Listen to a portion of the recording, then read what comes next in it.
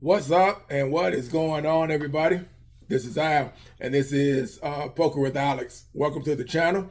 And if this is your first time, I appreciate it if you hit that like and subscribe. I got my first subscriber yesterday, and shout out to the homie who gave me my first subscribe, gave my first comment on my channel for talking about poker.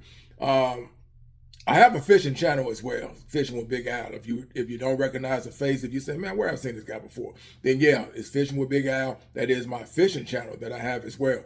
But fishing and poker are two of my main things that I do now as a retiree.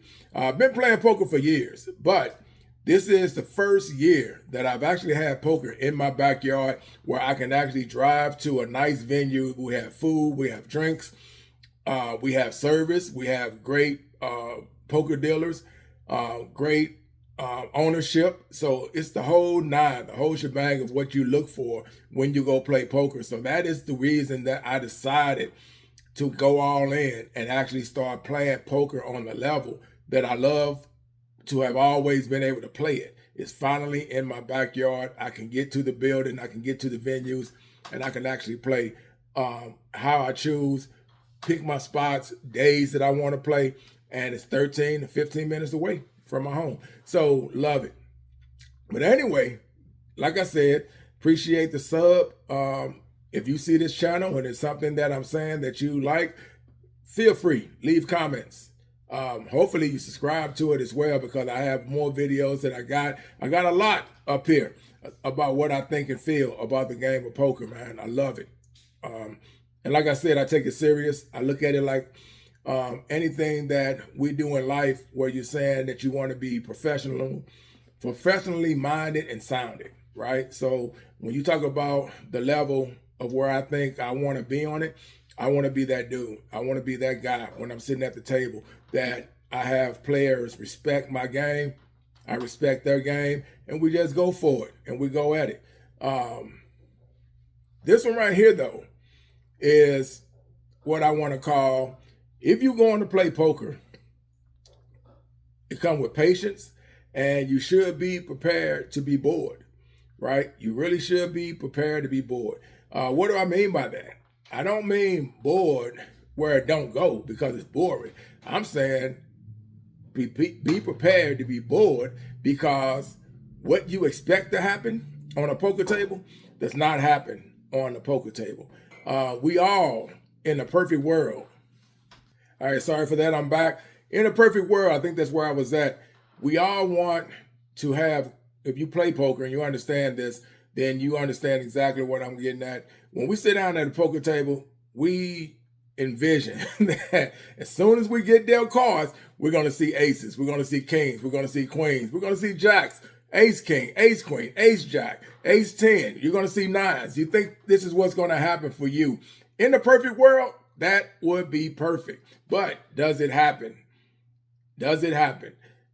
Sometimes, for the most part, it can be four hands you get dealt in a row, and you can get aces, you can get queens, you can get ace king, and that can happen. We've seen that. We've witnessed that. And we say, hey, this guy's running good. This young lady's running good. They're having a good session, right?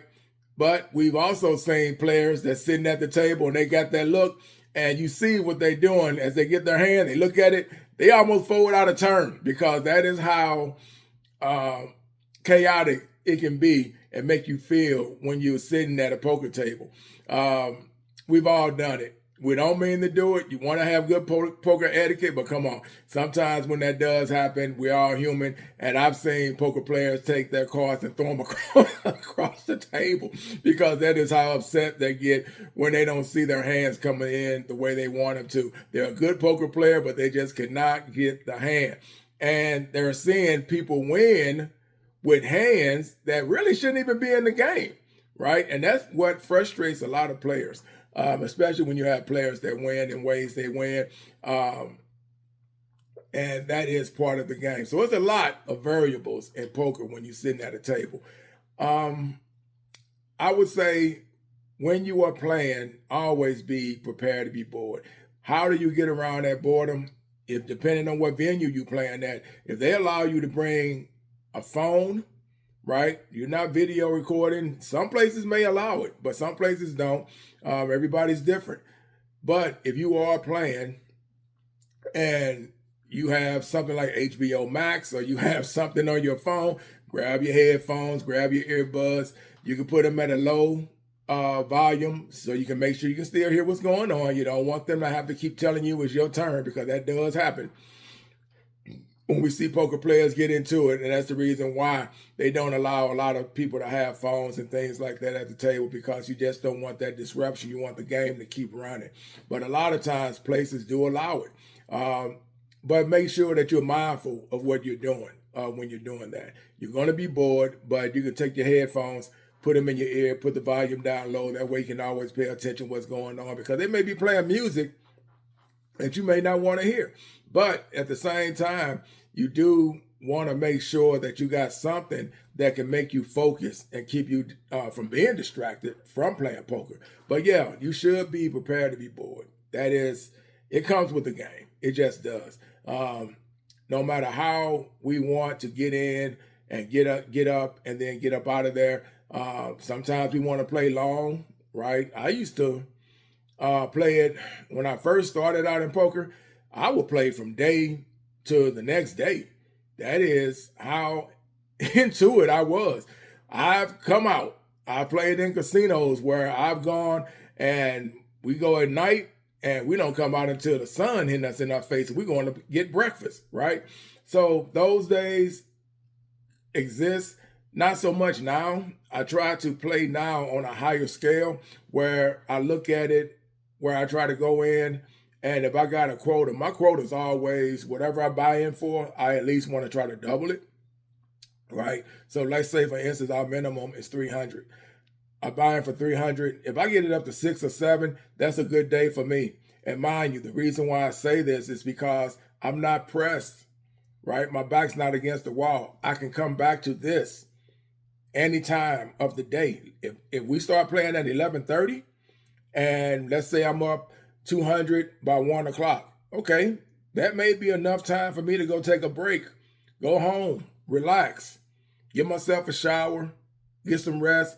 And if I decide to go back, which sometimes I highly recommend that you don't do it, enjoy the winnings, right? There's always tomorrow. Enjoy those winnings that you had today, especially when this isn't a make or break, right? Because my poker game is not a make or break. I don't play poker because this is how I make a living for myself. I play it because it's a side hustle like type of situation for me. So it recoups my bills as a retiree that I pay out. So let's say, for instance, my mortgage, my truck notes, my insurance, my life insurance, food, electricity, water, all these things that I pay out every month, I recoup it on the poker table. So if I get 200 to 300, that's a bill that I just recouped. I go back the next day, boom, another bill just got recouped. That's if I'm having good sessions, which I have been. Since December 25th, I've actually accumulated well over, with a $300 buy-in. I've only had to do the rebuys that I had to do that were costly, where I had to just get up from the table and go home. I've only had 3. The other ones, if I had to do a rebuy, then I got my money back plus, right? So I didn't just get the money back. I had profit after it. I just had to do a rebuy in order to get it. But yeah, so I've had, I think, what did I say, 3? I think it's 3, if I remember correctly, since December 25th up to today. Today is February 28th. So up to this moment, I've been able to stay off doing rebuys and the ones I have had to do. And I've been playing on a regular basis. As far as skipping days, I think I've only missed maybe 7 days of poker that I've decided to go do something else. And I say, you know what? I'm not even going today. I'm just going to take a break, relax, let my body rest, and just find something else to do. And I've done that. So I had some days where I haven't gone, but the majority of the time since December 25th, I've been running. And pretty much I built my poker stack pretty much up to close to 8,000 now, right? From a $300 buy-in. So that's good, right? I've taken 2,000 of that, and I made principal payments on my home and my truck as well. So like I said, recouping bills and also making principal payments. So I'm using the money wisely. I'm not trying to just build up a poker stash and then take this money and then go on a trip, go buy clothes, buy jewelry, all that kind of stuff. No, I'm using it to take care of necessities and then also build the stack up, right? And keep it going. And then pretty soon what it's going to do is going to override what I make as a retiree, to the point that when I start paying my bills out, it won't even matter, right? It won't even matter because I'm already up over that amount that I make as a retiree by my poker stash, right? Plus, I was able to take 2 of it and make those payments to handle other business affairs, right? So playing it, using the money wisely, and then just being prepared to be bored. That's the main objective here. Just be prepared to be bored. And it's hard for some players to adapt to that lane, right? A lot of players want to come in and get it done. And they will make moves, and that's great. You want them to make those moves. If I got pocket aces and I make it 75, right? And somebody comes in and they only had a 10 jack, but they called it anyway, because that's, it's not a bad hand depending on who you are. If you get it, you can make it straight out of it. It can happen. But if you miss, you're going to pay. You're going to pay. So sometimes, people, I guess 10 jack was kind of a bad example. Let's go even lower. Let's say somebody calls me with a 7-3 or something like that. And you have players that do that. I'm going to use that number because people do that. 4-9. I've seen people call with a 4-9. What they expect to get out of it, I have no idea. But I've seen them call for a high bet. And I've seen them say, call. All in. Turnover. They got 4-9. Pocket aces held up. So some players just like to gamble. They'll reach right back in their pocket, come right back, and they'll do the same thing. You have players that will call every bet that players are making on the table. They'll call it. And you know who these players are. That's why I said make sure you know who you're playing against. Because sometimes these players can ruin your day. And if you're not trying to have it, it's wise. I do it. If I got players that come on the table and I see them doing something and I got 2 or 3 of them still doing it, I ask for a table change, because I'm not there for that reason. I'm not there to gamble with you on the levels that you want to gamble. If we're going to play poker, then let's play poker. If you want to gamble, then hey, knock yourself out. But if there's a table change, I request a table change in a heartbeat. So that's another topic, but that is the reason why I'll do a table change. And when I do it, I check out tables and I recognize players, and I say, oh, okay, that's the group right there I want to play with, because these guys play straight up poker. That's where I want to go, because they play straight up poker. These guys over here, they're wild ones. They're just coming in, and as soon as they walk in and say, let's get the party started, and they start giving each other high five and everything, and talking about, my man is here, let's go. I'm telling you, it happens. When you see that, if you're not a part of that crew, right? If that is not you, hey, table change. Don't be afraid. Don't think you soft. Don't think you weak. Don't think you're a chump or anything like that. Don't think you don't have the cojones, or we always say that has nothing to do with that. You're talking about respecting the game, and you got to get that in your head. You got people that respect the game so much that they want a real poker table. That is what they're there to play, poker. They're not there to play gamble. If that's the case, I get some dice. I can go drive up to a casino somewhere and I can go gamble. But when you're playing poker, that's a whole different monster. Poker is like chess. It is. It's like all professional sports. It's like sports, period. It is a challenge, right? And if you look at it that way, then what you're trying to do is get the respect of your opponents. Respect your game. Respect your shine. And they're there to play. And when they see you coming, they may whisper, watch out for this guy, because he don't play. That's what you want. You don't want, when you see guys come in and everybody say, oh no, here go the fish. Believe that. That is who they want at the table, because these guys want to get their money up quick. And when this guy shows up, they know it's about to happen. Now, mind you, if he hits, he's going to win big. And we've seen that player that comes at the table. And once they start getting it in and the people think they got a fish, hey, that fish just got off your hook because he turned it around. He walked out of there with $3,000.